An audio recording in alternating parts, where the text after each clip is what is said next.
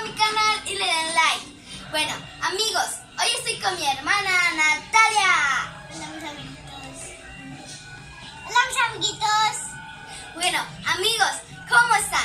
Vamos a hacer slime escondido. Bueno, acá hay 12 ingredientes. Cada una va a coger de a 6. Los que quiera uno. Bueno, yo voy a vamos a hacer piedra, papel o tijera. Piedra, papel o tijera. Piedra, papel o tijera.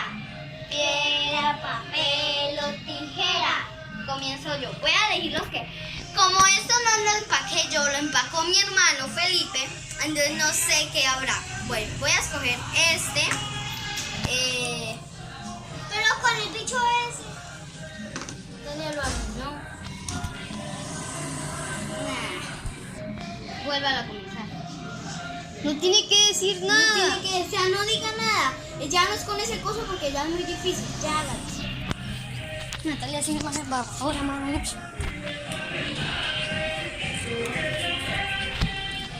No voy a decir bobada. No la cierre. No la cierre que no nos miramos. Se mira mejor antes. Cose.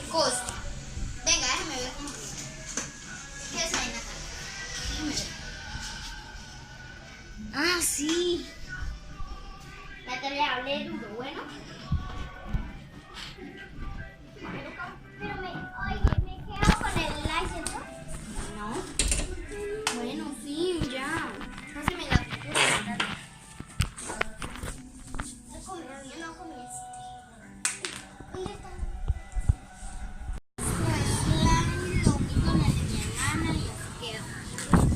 Bueno, hasta aquí el video de hoy.